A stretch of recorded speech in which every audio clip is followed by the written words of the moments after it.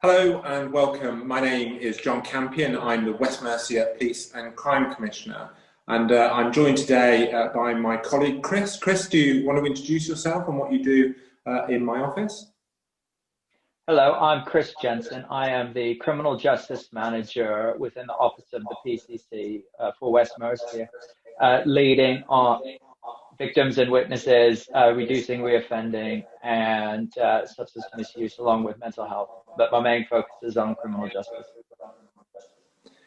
Thanks, Chris. And indeed, viewers will have guessed that today's focus of this conversation is around the criminal justice system. And during COVID, it's seen unprecedented pressures put on it, and indeed the challenges of delivering justice during a pandemic. But we've also seen in recent days announcements by the government about potential changes around some elements of sentencing within that criminal justice system. So, Chris, you're just going to lead us through a conversation for the next couple of minutes, picking up some of those issues and the impact that they have on our communities across West Mercia. So, over to you. Thank you, John. As you said, yesterday the government published a white paper on sentencing reform in order to build trust and confidence back in the CJS. And I just wanted to understand how those reforms will help benefit and to keep the communities within West Mercia safe.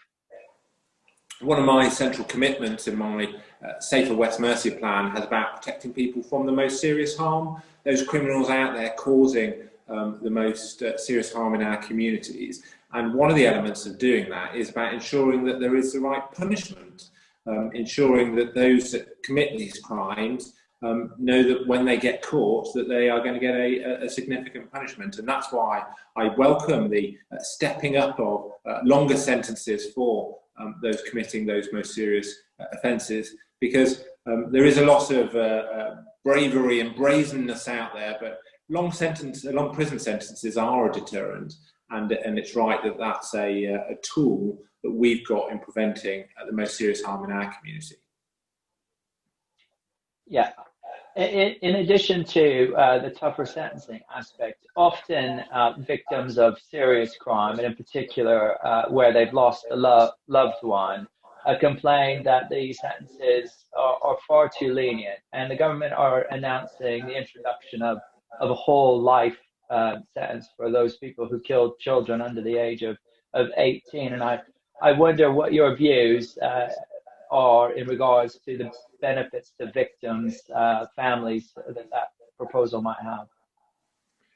As Commissioner, I've been very lucky to meet a wide range of victims and victims' families.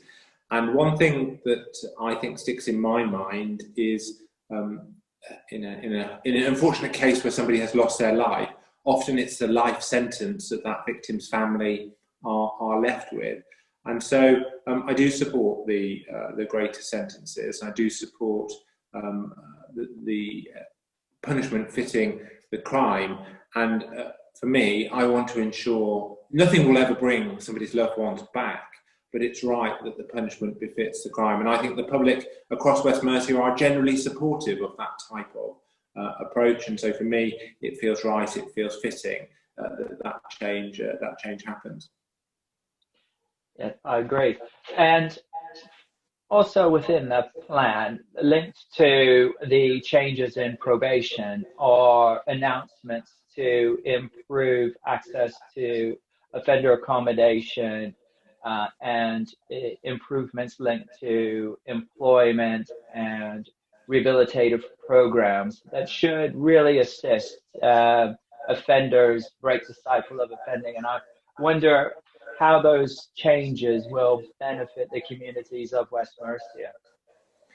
And I think that's an important pivot to move, because I do believe in the system of being locked away in jail as part of our criminal justice system, but I also hugely support the rehabilitation work, because in the vast majority of cases, criminals don't go to prison, and indeed the vast majority of cases of criminals who do go to prison don't stay there forever. So there are always going to be a societal problem, and without the appropriate rehabilitation, it's going to just be an ever-repeating cycle where we just go round in that circle, and indeed we suffer as a community, and those committing the crime don't have an opportunity to be a good member of our society. So it will see greater efforts sought to support people to make the right choices. And I think it's about joining up some of the things that are out there, whether it be access to services, whether it be accommodation. It's about ensuring that we are setting